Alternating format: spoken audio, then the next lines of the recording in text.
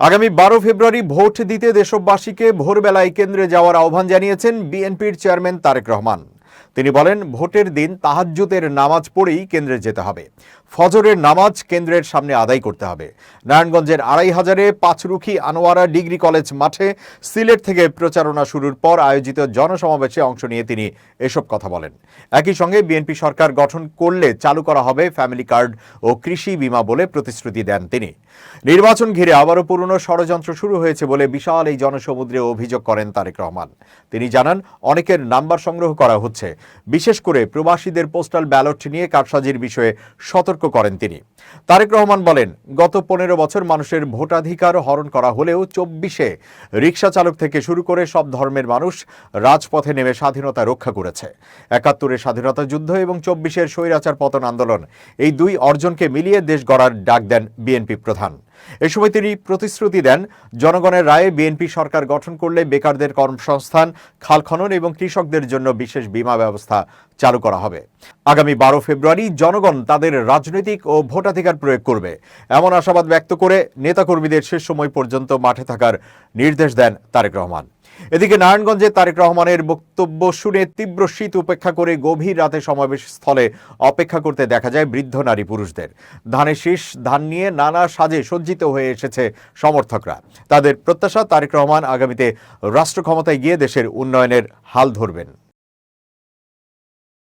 নির্বাচনের আগে ১০ টাকা কেজি চালের মতো বিভিন্ন কার্ড দেখিয়ে ভোটারদের প্রভাবিত করার অভিযোগ করেছেন জামায়াত ইসলামীর আমির ডাক্তার শফিকুর রহমান।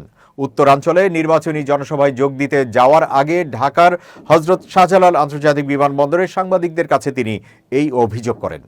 ডাক্তার শফিকুর রহমান বলেন, মানুষের ভোট কেনার কোনো চিন্তা জামায়াত ইসলামী করে না।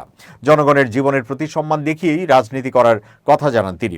অভিযোগ করে বলেন, যারা নিজেরাই ভোট প্রভাবিত করার সঙ্গে যুক্ত, তারাই এখন সেই দায় অন্যদের উপর চাপানোর চেষ্টা করছে। ১০ টাকা কেজি চালের মতো নানা ধরনের কার্ডের লোভ দেখানো হচ্ছে এবং কোথাও কোথাও তাৎক্ষণিকভাবে ফ্ল্যাট দেওয়ার প্রতিশ্রুতিও দেওয়া হচ্ছে বলে মন্তব্য করেন তিনি। সরকার গঠন করলে মিথ্যা আশ্বাস নয়, বাস্তবতা ও যৌক্তিকতার ভিত্তিতে উন্নয়ন করা হবে, এমন প্রতিশ্রুতির কথাও তুলে ধরেন জামায়াত আমির। তার ভাষ্য অনুযায়ী জনগণের ভোট ও সমর্থনের রাষ্ট্র পরিচালনার সুযোগ পেলে দেশের সম্পদ ব্যবহার করে ইনসাফ ভিত্তিক উন্নয়ন ও সমস্যা সমাধানে উদ্যোগ নেওয়া হবে। পোস্টাল ব্যালট প্রসঙ্গে তিনি বলেন, ব্যালট পাঠানোর প্রক্রিয়া শুরু হলেও এখনও সব জায়গায় তা পৌঁছায়নি। সময় কম থাকায় নির্বাচন কমিশনের কাছে প্রয়োজনীয় উদ্যোগ নেওয়ার আহ্বান জানান তিনি। নির্ধারিত সময়ের মধ্যে ব্যালট ফিরে না এলে সেটি জাতির জন্য দুর্ভাগ্যজনক হবে বলেও মন্তব্য করেন তিনি।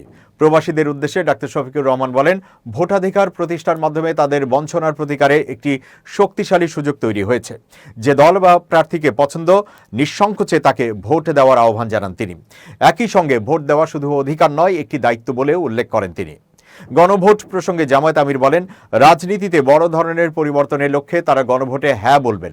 তিনি আরও জানান, এককভাবে নয়, দেশপ্রেমিক ও ইসলামী দলগুলোর সমন্বয়ে ঐক্যবদ্ধভাবে তারা নির্বাচনে অংশ নিচ্ছেন। জাতিকে আশ্বস্ত করে বলেন, সবাইকে নিয়েই ভবিষ্যতের বাংলাদেশ গড়ার লক্ষ্য তাদের।